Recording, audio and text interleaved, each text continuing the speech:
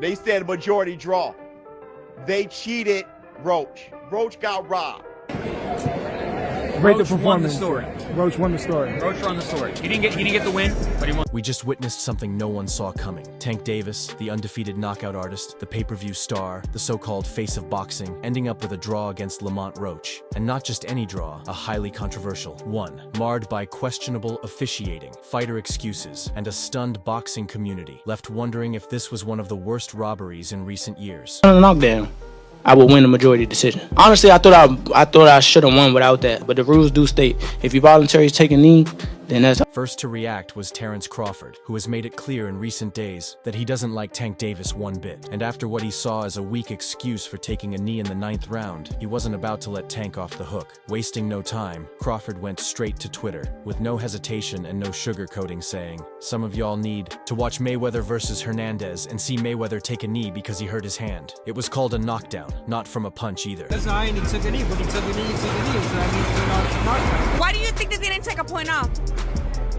The referee missed it. Then came the knockout punch of tweets. Crawford didn't hold back, saying, "I've never seen someone take a knee and it not be counted as a knockdown. Must have forgotten the rules tonight. They robbed that boy, and it's crazy. Just when people thought he was done, he delivered the finishing blow. Roach won, and that should have been called a knockdown. Let's see what happens next." Crawford wasn't just criticizing the decision. He made it clear that he believed Roach had done enough to win outright, and he wasn't alone. Backing him up was His Excellency Turki Alalshik, the man behind some of the biggest boxing events in the world today. Turki didn't hold back, calling out an even bigger issue that had fans outraged beyond just the result: the fact that this fight was locked behind an $80 pay-per-view wall, only to leave viewers disappointed. If you charge people $80 for PPV, you must give them a good card with good production. Translation? This event wasn't worth the money. And if Turkey is saying that, you know it's a serious problem. This is a man who has been putting together mega events in Saudi Arabia, where fans expect top-tier boxing for the price they pay. If he's hinting that Tank isn't delivering anymore, that's a serious hit to Davis's reputation. And,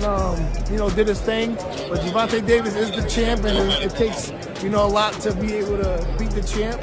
But Roach definitely had something that we all wasn't expecting later in the power. His combinations was well. Then there was Shakur Stevenson, who's been chasing a fight with Tank for a long time. Despite the controversy, Stevenson made one thing clear: he still wants the fight. "I ain't even gonna us on dude like he would do me, but I'm still ready and willing to fight. Let's make it happen." But that didn't mean he ignored what happened in the ring. He kept it simple but direct. "I thought Lamont won though." Shakur wanted his shot at Tank, but at the same time, he acknowledged what everyone else was seeing. This wasn't the kind of performance expected from the so-called face of boxing. And yet, the controversy was far from over. I think he got overconfident. I think he was thinking Lamont wasn't that good. I told everybody how the fight was going to go. The fight went exactly how I said.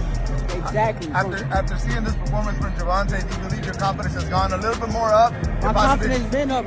Ryan Garcia, boxing's social media king, wasted no time chiming in. Lamont won. That simple. He didn't stop there, calling out the missed knockdown as the wildest thing I've ever seen in boxing, adding that it made the sport look bad. He ended with crazy stuff. See y'all May 2nd, subtly reminding everyone he still has a fight lined up without controversy. Danny Garcia took a different angle, using the moment to highlight Floyd Mayweather's greatness. Floyd always won, no matter how close the fight was. That's why boxing is better when the best fight the best. Losing to a real dog hurts less than struggling with someone you were supposed to beat. He wasn't saying Tank's done, but made it clear. Performances like this damage a fighter's legacy, especially someone often compared to Floyd. Then came the post-fight drama. A frustrated Tank blamed hair grease burning his eyes. "Why y'all booing like I'm talking nonsense?" But fans weren't having it. They wanted answers, not excuses. And on a night full of controversy, that only made things worse.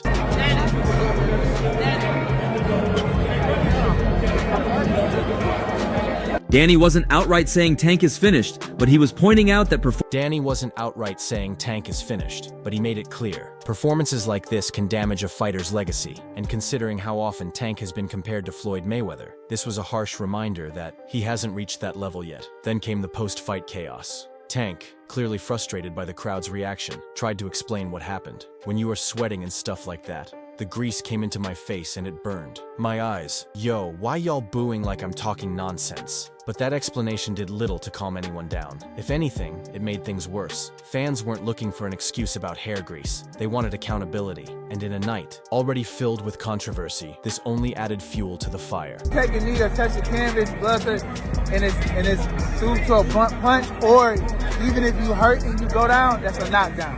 That's what I know from the rules of. Roach, on the other hand, handled the situation like a man who truly believed he had won. Tank is a great fighter, and I thank him for the opportunity to show the world. To all the people who doubted me, all the people talking rubbish, all the fake boxing media, even though I didn't get the official win tonight, I thought I did. And in my book, that's a win. But we're not satisfied. We need a real W. If you voluntarily take a knee and the ref starts counting, that should be a knockdown. If that's a knockdown, I win the fight. How do you assess his power after being in there for 12? He got decent power. He got decent power for sure. I ain't gonna say it's exaggerated. I told you I got a chin. I ain't going like that. There was no need for a translator. Roach made it plain and simple. He should have won, and he wants justice for it. This entire situation also raises serious questions about Tank's future. Before the fight, Davis mentioned that he only planned to fight 3 more times before retiring. But now, with a controversial draw on his record, does he still stick to that plan? Does he chase a rematch with Roach to clear his name? Or does he move on to bigger fights, hoping fans forget this ever happened? He still had rounds to go. He was in the 8th round. He was good. We just couldn't figure out why he couldn't pick it up. Right. And so I think it was maybe a lack of focus.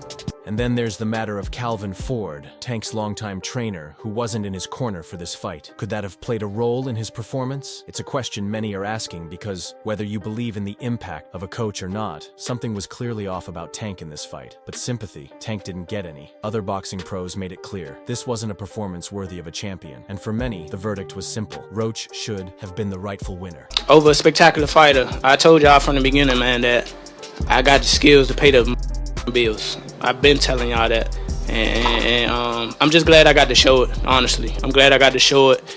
I appreciate, like I said before, I appreciate you. However, things might be taking a new turn. If the rumors are true, Turki Alalshik is already working on a Devin Haney versus Tank Davis fight. Devin Haney wasted no time trolling Davis after the fight, posting, "I was waiting for the backflip. It was a direct jab at Tank's signature celebration move, one that was noticeably missing after this fight." The message was clear. Davis had nothing to celebrate after struggling against an opponent many expected him to dominate. Haney has long been one of Tank's biggest critics, and this moment only gave him more ammunition. For years, he has questioned Davis's resume and the level of competition he faces. This controversial draw only reinforced what Haney and others have been saying. Tank isn't as unbeatable as he thinks. Terrence Crawford took it even further, outright dismissing Davis's reputation as an elite fighter. Tank ain't what he thinks he is, Crawford stated. Shakur, Devin, or even Keyshawn would break his ego worse than Roach just did. Crawford didn't hold back, claiming Davis has never been the elite talent he believes himself to be. In his view, a technician like Shakur Stevenson, a relentless pressure fighter like Devin Haney, or even the young and hungry Keyshawn Davis would completely dismantle Tank in a way that would shatter his confidence. If that happens, the controversy from this fight will quickly be forgotten, because a fight of that magnitude would instantly become one of the biggest in boxing today. But will Tank take that fight, or will he try to run it back with Roach first?